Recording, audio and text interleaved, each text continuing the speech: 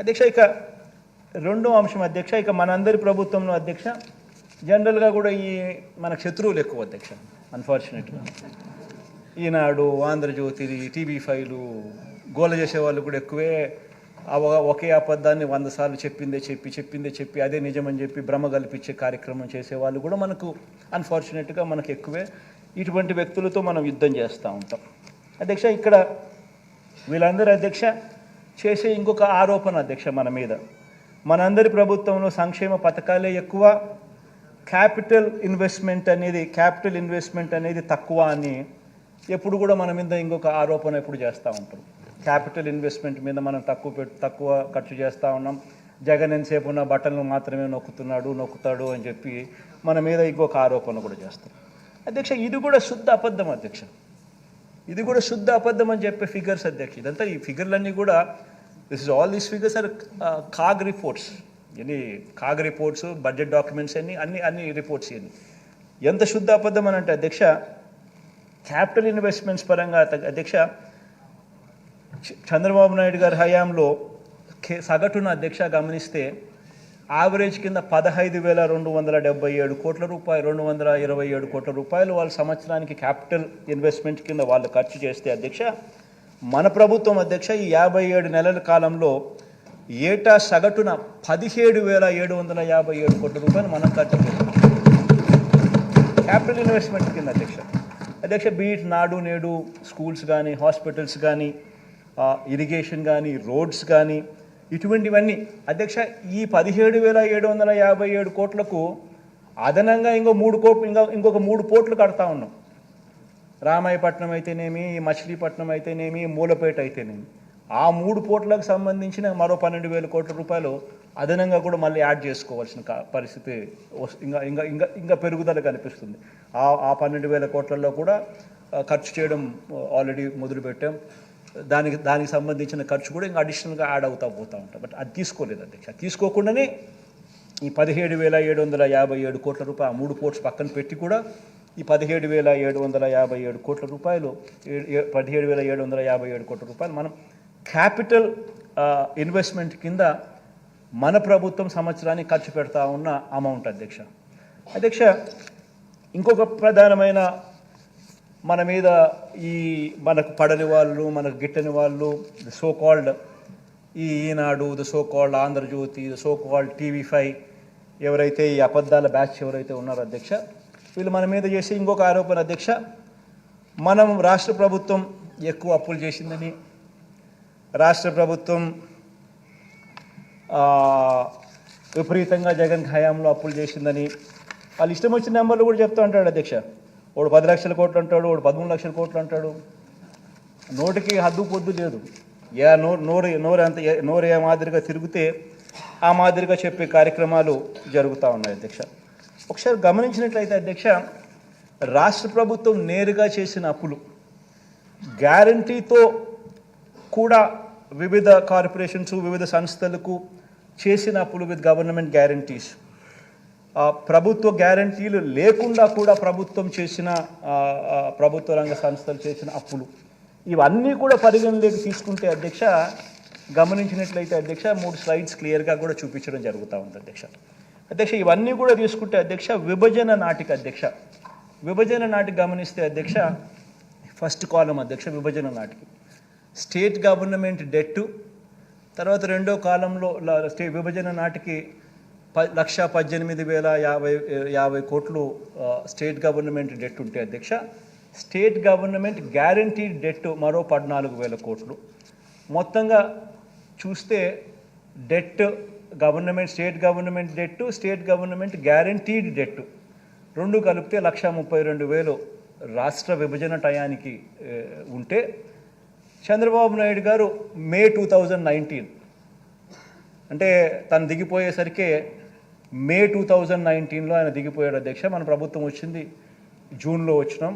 మనం వచ్చేదాకా కూడా చంద్రబాబు నాయుడు హయాంలో ఒకసారి గమనించినట్టయితే 1,32,000 non government guarantee det of public sector undertakings అవి కూడా కలుపుకుంటే అధ్యక్ష ఇంకొక 21,000 కూడా అది కూడా కలుపుకుంటే టోటల్గా ఏ రకమైన నువ్వు ఏ భూతద్దం వేసినా, ఏం మ్యాగ్నిఫైయింగ్ లెన్స్ పెట్టి ఏం ఎతికినా, ఏమున్నా కానీ స్టేట్ గవర్నమెంట్ డెట్ కానీ, స్టేట్ గవర్నమెంట్ గ్యారంటీ డెట్ కానీ, స్టేట్ గవర్నమెంట్ గ్యారంటీ లేకుండా తెచ్చిన డెట్ కానీ, పబ్లిక్ సెక్టర్ అండర్టేకింగ్స్ తెచ్చిన డెట్ కానీ ఏది తీసుకున్నా కూడా అధ్యక్ష, రాష్ట్ర విభజన టయానికల్లా 1,53,000 కోట్లు డెట్ ఉంటే చంద్రబాబు నాయుడు గారి హయాం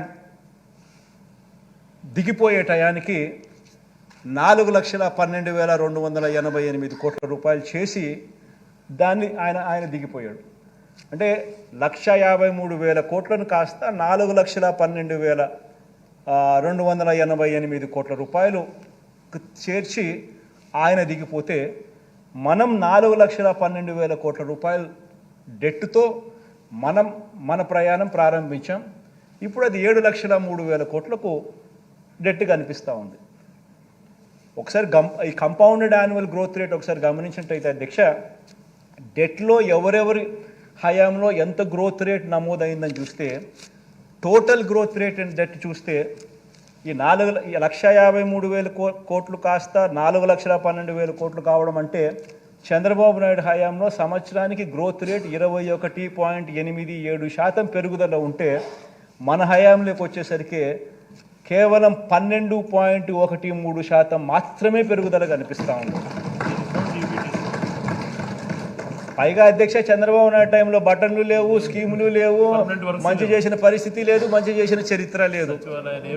కేవలం అప్పుడు ఉండింది డిపిటి, దోచుకో పంచుకో తినుకో. ఒక ఈనాడుకింత, ఒక ఆంధ్రజ్యోతికింత, ఒక TV5కింత, ఇంకొక దత్తపుత్రుడికింత, ఈయన ఇంత, జన్మభూమి కమిటీలు ఇంతే. ఈ నీళ్ళు మొత్తం పంచుకునే కార్యక్రమం తప్ప ఎక్కడా కూడా బటన్ నొక్కడం కానీ, ప్రజలకు పేదవాళ్ళకు పోవడం కానీ, అక్కచెల్లెమ్మలు ఖాతాల్లోకి వెళ్ళడం కానీ ఎక్కడా జరగలేదు. ఏ అవ్వాతాత కూడా సంతోషంగా లేదు. మన హయాంలో అధ్యక్ష కోవిడ్, ఇంతకుముందు నేను చెప్పినా కదా అధ్యక్ష, ఎటువంటి పరిస్థితుల్లో మనం వచ్చినామని చెప్పి. కోవిడ్ వల్ల ఆదాయాలు తగ్గినాయి. కోవిడ్ వల్ల ఆదాయాలు తగ్గినప్పటికీ, కోవిడ్ వల్ల ఇంకా అదనపు ఖర్చు పెరిగినప్పటికీ, అన్నీ జరిగినప్పటికీ, ప్లస్ ఎప్పుడూ ఎవరు ఊహించని విధంగా బటన్ నొక్కే కార్యక్రమం మనం తీసుకొచ్చినప్పటికీ, ఇన్ని లక్షల కోట్లు మనం ట్రాన్స్పరెంట్గా, ఎక్కడ కరప్షన్ లేకుండా, వివక్ష లేకుండా ట్రాన్స్పరెంట్గా మనం పారదర్శకంగా ప్రతి అకౌంట్కు మనం చేర్పించిన పరిస్థితుల్లో ఇంత చేసినప్పటికీ కూడా చంద్రబాబు నాయుడు హయాంలో 21.87% compounded annual growth rate of debt ఉంటే మన హయాంలో కేవలం 12.13% మాత్రమే ఉంది అధ్యక్ష. ఇది నిజంగా రికార్డ్ అధ్యక్ష. నేను చూపించినవన్నీ కూడా ఇది RBI data, CAG data, state budget documents ఇవన్నీ ఉన్నాయి. ఎక్కడా కూడా దీంట్లో అవాస్తవాలు ఏం లేవు. అసెంబ్లీ ముందర ప్రవేశపెడుతున్నాం. స్టేట్ డెట్టే చూసుకుంటే అధ్యక్ష, మామూలుగా స్టేట్ డెట్ అంటారు. State government debt, state government guarantee debt అని యూజువల్గా ఆ రెండు మాత్రమే పరిగణలోకి తీసుకుంటాం. ఆ రెండు మాత్రమే యూజువల్గా పరిగణలోకి తీసుకున్నా కూడా అక్కడ కూడా చూసుకుంటే 1,32,000 రాష్ట్ర విభజన అప్పుడు మనకు అప్పులుంటే, రాష్ట్ర విభజన నుంచి చంద్రబాబు నాయుడు గారు దిగిపోయే మే 2019 నాటికి 3,31,000 కోట్లకు పెరిగింది.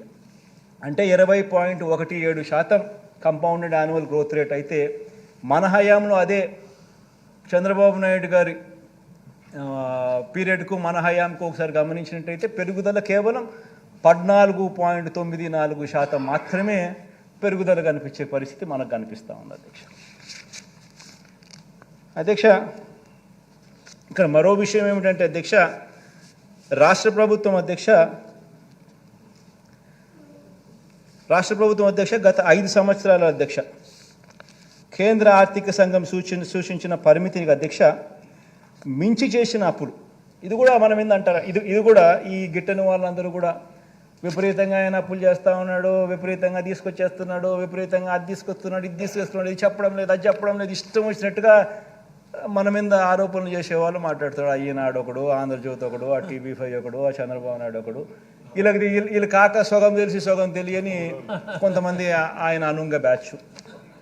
ఇదంతా కూడా ఈ కౌరవ సైన్యంలో భాగస్తులుగా వీళ్ళంతా మిగతా వాళ్ళు కూడా మాట్లాడుతుంటారు. అధ్యక్ష, ఇక్కడ గమనించినట్టయితే అధ్యక్ష తెలుగుదేశం ప్రభుత్వం హయాంలో అధ్యక్ష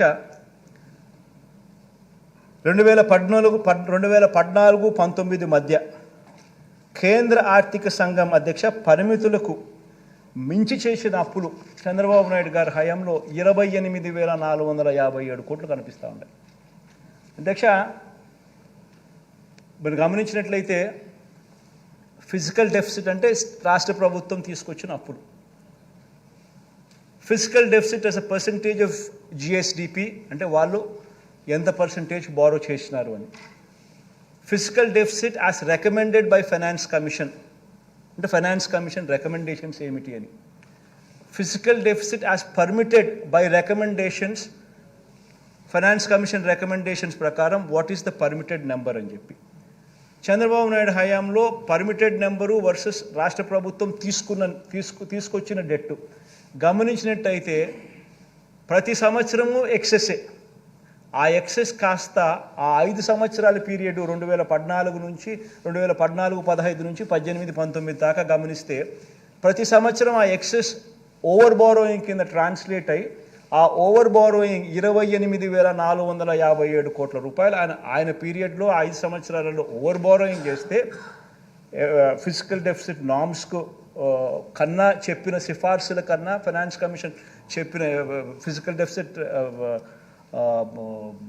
నామ్స్ ప్రకారం చేయాల్సిన దానికన్నా కూడా వీళ్ళు ఎక్కువగా చేస్తే ఫిజికల్ బారోయింగ్ లిమిట్స్ కన్నా ఎక్కువగా బారో చేస్తే 28,457 కోట్లు వాళ్ళు బారో చేస్తే మన హయాంలో అధ్యక్ష ఆ ఫిజికల్ డెఫిసిట్ రికమెండేషన్స్కు మనం ఫిజికల్ డెఫిసిట్ పరంగా మనం బారో చేసిన అమౌంట్ ఈ రెండింటిని కంపేర్ చేస్తే ఈ 5 సంవత్సరాలలో 366 కోట్లు మనకు రికమెండేషన్ చేసిన దానికన్నా తక్కువ బారో చేసిన పరిస్థితులు కనిపిస్తూ ఉన్నాయి.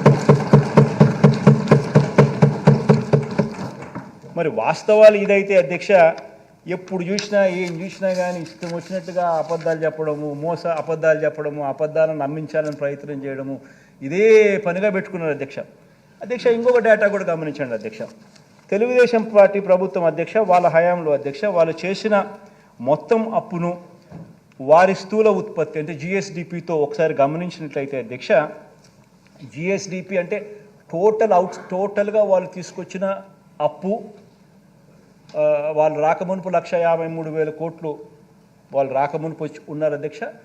వాళ్ళు 5 ఏళ్ల పీరియడ్లో వాళ్ళు 4,12,000 కోట్లకు దాన్ని తీసుకొని పోయినారు అధ్యక్ష.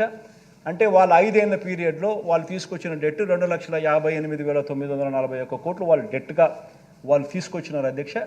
అదే 5 సంవత్సరాలకు సంబంధించి క్యూములేటివ్ జిఎస్డిపి అంటే ప్రతి సంవత్సరం జిఎస్డిపి ఇన్ని లక్షల కోట్లు ఉంటుంది. ఆ లక్షల కోట్ల మీద నువ్వు ఇంత పర్సెంటేజ్ 3%, 3.5%, 4% పరిస్థితిని బట్టి వాళ్ళు కేంద్ర ప్రభుత్వం సిఫార్సు చేసిన నెంబర్ ఏదైతే ఉంటుందో ఆ నెంబర్ ప్రకారం మీరు అప్పు తెచ్చుకునే మీకు వెసులుబాటు ఉంటుంది. ఆ జిఎస్డిపి నెంబర్స్ ఆ 5 సంవత్సరాలకు కూడా కలిపితే క్యూములేటివ్గా కలిపితే 34,73,475 కోట్ల రూపాయలు అయితే ఈయన తీసుకొచ్చిన అప్పు 2,58,000 కోట్లు 941 కోట్లు అయితే 7.5% ఆయన చంద్రబాబు నాయుడు గారు జిఎస్డిపి మీద క్యూములేటివ్ జిఎస్డిపి మీద ఆయన క్యూములేటివ్గా ఆయన తీసుకొచ్చిన అప్పుల పర్సంటేజ్. అదే టైంలో కేంద్ర ప్రభుత్వం అధ్యక్ష ఆ 5 సంవత్సరాలలో కేంద్ర ప్రభుత్వం వాళ్ళ జీడిపి మీద వాళ్ళు తీసుకొచ్చిన అప్పులు కాస్త అప్పులు ఎంత అని గమనిస్తే సెంట్రల్ గవర్నమెంట్ బారోయింగ్ 3.6% ఉంటే స్టేట్ గవర్నమెంట్ బారోయింగ్ 7.5% కింద చూపిస్తారు. 7.5% అయితే మన హయాంలోకి వచ్చేసరికి కేంద్ర ప్రభుత్వం కోవిడ్ అయితేనేమి రకరకాల కారణాలు అయితేనేమి సెంట్రల్ గవర్నమెంట్ బారోయింగ్స్ కూడా దేశవ్యాప్తంగా ప్రపంచవ్యాప్తంగా పెరిగినట్టే కేంద్ర ప్రభుత్వం కూడా వాళ్ళ అప్పుల పర్సంటేజ్ 6.5% ఆఫ్ దేర్ జీడిపి ఈ 5 సంవత్సరాల జీడిపి నెంబర్స్ క్యూములేటివ్లో వాళ్ళు బారో చేసింది 6.5% అయితే మనం బారో చేసింది only 5.2% of our GSDP 5 years cumulative. So ఏ రకంగా చూసినా కూడా ఏ స్టాండర్డ్లో గమనించినా కూడా అప్పుల పరంగా కానీ గవర్నెన్స్ పరంగా కానీ ఫిస్కల్ మేనేజ్మెంట్ పరంగా కానీ ఏ పరంగా చూసినా కూడా గత ప్రభుత్వానికి మన ప్రభుత్వానికి ఎంత వ్యత్యాసం ఉంది అని చెప్పడానికి ఈ డేటా ఎంతో ఉపయోగపడుతుందని చెప్పి కూడా ఈ సందర్భంగా చెప్పడానికి నేను సంతోషపడుతున్నాను, గర్వపడతా ఉన్నాను అధ్యక్ష. అసలు యాక్చువల్గా ఈ మాదిరిగా పరిపాలన చేయగలుగుతామని చెప్పి నిజంగా ఎవరు ఊహించని విధంగా మన ఆయన అంటాడు 14 ఏళ్ళు ముఖ్యమంత్రిగా నేను పరిపాలన చేసినా నాకు ఎంతో ఎక్స్పీరియన్స్ ఉందని చెప్పి. ఎందుకు ఉందా అధ్యక్ష ఎక్స్పీరియన్స్? ఎవరికి అర్థం కాదు. కొట్టుకునేదానికి తప్ప ఎందుకు తరంగా ఎందుకు సరిపోదు? మాకేం ఎక్స్పీరియన్స్ లేకపోయినా కానీ ఈ రకమైన నెంబర్స్తో ఈ రకమైన ఫిగర్స్తో we are showcasing that how best we can ఈ మాదిరిగా ఎలా పరిపాలన చేయగలుగుతామని మేము చూపిస్తూ ఉన్నాం అధ్యక్ష. నిజాలు ఇలా ఉంటే అధ్యక్ష, మన ప్రభుత్వం మీరు గమనించినట్టయితే అధ్యక్ష, ఆ 5 సంవత్సరాల పీరియడ్లో మన ప్రభుత్వం 2,91,000 కోట్లు మనం అప్పు చేస్తే ఈ 2,91,000 కోట్ల అప్పును వాడు 13 లక్షల కోట్లు అంటాడు, వాడు 10 లక్షల కోట్లు అంటాడు. ఇష్టం వాళ్ళ ఇష్టం ఏదైతే అది దాన్ని చెప్పుకుంటూ పోతా ఉన్నాడు అధ్యక్ష. అధ్యక్ష, ఈ 14 ఏళ్ళు సీఎంగా అధ్యక్ష తాను చేసింది ఏమిటనంటే అధ్యక్ష, చంద్రబాబు నాయుడు గారు సీఎంగా 14 సంవత్సరాలు ఉన్నా కూడా తాను చేసింది ఏమిటి అధ్యక్ష, కుటుంబాలకు ఏమీ చేయలేదు. ఏ ఒక్క కుటుంబానికి కూడా పలాని మంచి తాను చేయగలిగినాడు, పలానా మంచి తాను చేసినాడు అని ఎక్కడా కూడా చెప్పుకునే పరిస్థితి లేదు అధ్యక్ష. అధ్యక్ష, నేను ఈ మధ్యకాలంలోనే నా లాస్ట్ 2 స్పీచ్లలో కూడా చెప్తా ఉన్నా, ప్రతి ఇంటికి వెళ్ళమని చెప్తా ఉన్నా, ప్రతి ఇంటికి వెళ్ళి అడగమని చెప్తా ఉన్నా, 10 సంవత్సరాల బ్యాంక్ అకౌంట్ తీసుకోమని చెప్తా ఉన్నా. ఆ ఇంట్లో ఉన్న ఆ లబ్ధిదారుడు, ఆ ఇంట్లో ఉన్న ఆ అక్క చెల్లెమ్మలు 10 సంవత్సరాల వాళ్ళ బ్యాంక్ అకౌంట్ వాళ్ళే తీసుకుని, చంద్రబాబు నాయుడు 5 సంవత్సరాల బ్యాంక్ అకౌంట్ డీటెయిల్స్, మన 5 సంవత్సరాల మన పరిపాలనలో ఉన్న బ్యాంక్ అకౌంట్ డీటెయిల్స్ వాళ్ళనే చూడమని చెప్తా ఉన్నాం. చంద్రబాబు నాయుడు గారు 5 సంవత్సరాల కాలంలో కనీసం ₹1 అయినా వాళ్ళ బ్యాంక్ అకౌంట్కు చేరిందా అని చెప్పి వాళ్ళని అడగమని చెప్తా ఉన్నాం. అదే ఈ ప్రభుత్వ హయాంలో, మన ప్రభుత్వ హయాంలో ఎన్ని లక్షల రూపాయలు ఆ బ్యాంక్ అకౌంట్లో లేక డబ్బులు పడిందో వాళ్ళనే అడగమని చెప్తా ఉన్నాం, వాళ్ళనే గమనించమని అడుగుతాం అధ్యక్ష. బాబు చేసిన ఆ అప్పుల్లో అధ్యక్ష, మరి అదే రాష్ట్రం అదే బడ్జెట్, అదే రాష్ట్రం అదే బడ్జెట్, కేవలం మారిందల్లా ఒక ముఖ్యమంత్రి మాత్రమే మారాడు అధ్యక్ష. మరి అదే రాష్ట్రం అదే బడ్జెట్ అయినప్పుడు కేవలం మారిందల్లా ఒక ముఖ్యమంత్రి మాత్రమే మార్పు మాత్రమే జరిగినప్పుడు, అప్పుల గ్రోత్ రేటు కూడా అప్పటికంటే ఇప్పుడు తక్కువ ఉన్నప్పుడు, మరి ఎందుకు ఈ ప్రభుత్వ హయాంలో ఎందుకు ఈ మాదిరిగా ప్రతి అక్క చెల్లెమ్మ కుటుంబానికి ఇంత మంచి జరిగింది? ఎందుకు గత 5 సంవత్సరాలలో చంద్రబాబు నాయుడు గారి హయాంలో మనకన్నా ఎక్కువ అప్పులు చేసి కూడా, గ్రోత్ రేట్ ఆఫ్ అప్పులు మనకన్నా కూడా ఎక్కువ చేసి కూడా ఎందుకు చంద్రబాబు నాయుడు గారు చేయలేకపోయారు అని చెప్పి ప్రతి ఒక్కరూ కూడా ఆలోచన చేయాలని చెప్పి ఈ సభ ద్వారా ప్రజలందరినీ కూడా కోరుతా ఉన్నారు అధ్యక్ష.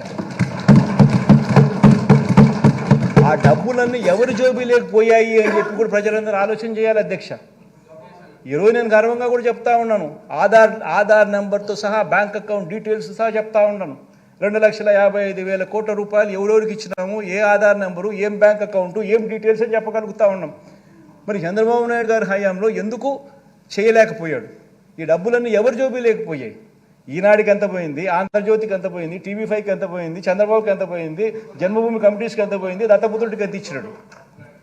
ఇవన్నీ కూడా ప్రజలు ఆలోచన చేయమని చెప్పి నేను కోరుతా ఉన్నాను అధ్యక్ష. అధ్యక్ష, మనం చేయని అప్పును మనం చేసినట్టుగా, తాను చేయని అభివృద్ధిని తానే చేసినట్టుగా మాట్లాడడం నిజంగా ఎంత మటుకు ధర్మం అని చెప్పి కూడా ఈ సందర్భంగా ఈ సభ ద్వారా నేను అడుగుతాను అధ్యక్ష. అధ్యక్ష, అంతటి ప్రతికూల పరిస్థితుల్లో కూడా అధ్యక్ష ఎంతో చిత్తశుద్ధితో, ఎంతో పట్టుదలతో, ఎంతో నిబద్ధతతో అధ్యక్ష రాష్ట్రంలో రైతన్నలకు, రాష్ట్రంలో పిల్లలకు, రాష్ట్రంలో అక్కచెల్లెమ్మలకు, రాష్ట్రంలో అవ్వాతాతలకు, రాష్ట్రంలోని సామాజిక వర్గాల సంక్షేమం కోసం అడుగులు ఏ రకంగా ముందుకు వేశామో ఈ 5 సంవత్సరాల మన పరిపాలనే ఒక నిదర్శనంగా హిస్టరీ విల్ ఆల్వేస్ రిమెంబర్ అని చెప్పి కూడా ఈ సందర్భంగా నేను చెప్తాను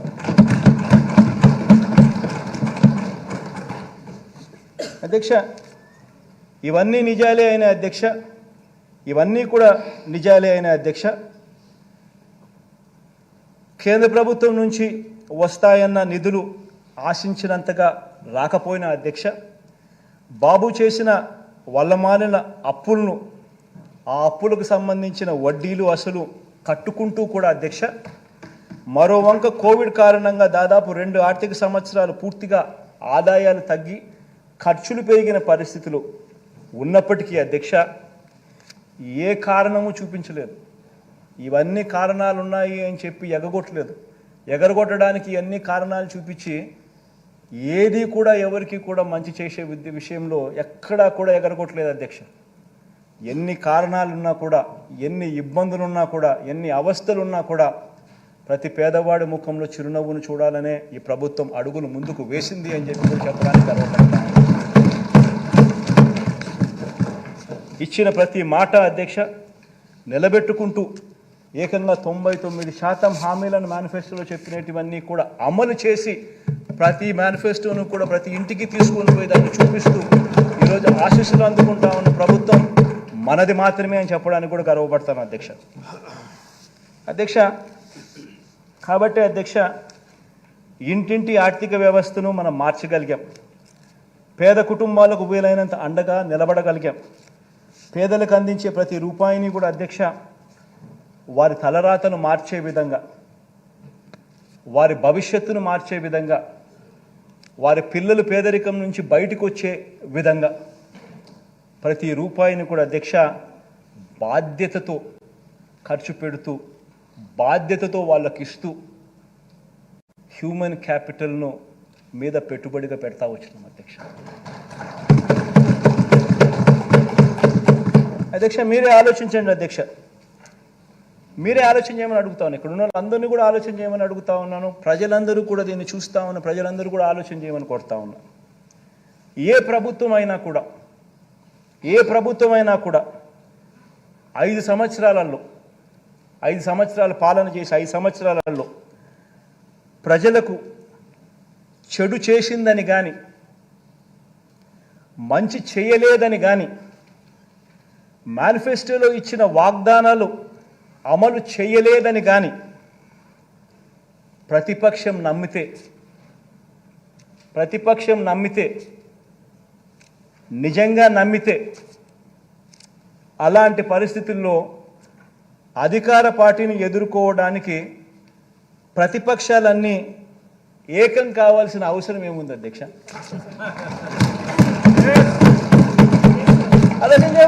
అధ్యక్ష నేను ఏకం కావాల్సిన అవసరం ఏముంది అధ్యక్ష? ఎట్టాగో గాలికి ఎగిరిపోతారు. ఏకం కావాల్సిన అవసరం ఏముంది అధ్యక్ష? ఇంతే కదా అధ్యక్ష. జాతీయ పార్టీతో కూడా ప్రత్యక్షంగా ఒకరితోనూ, పరోక్షంగా మరొకరితోనూ,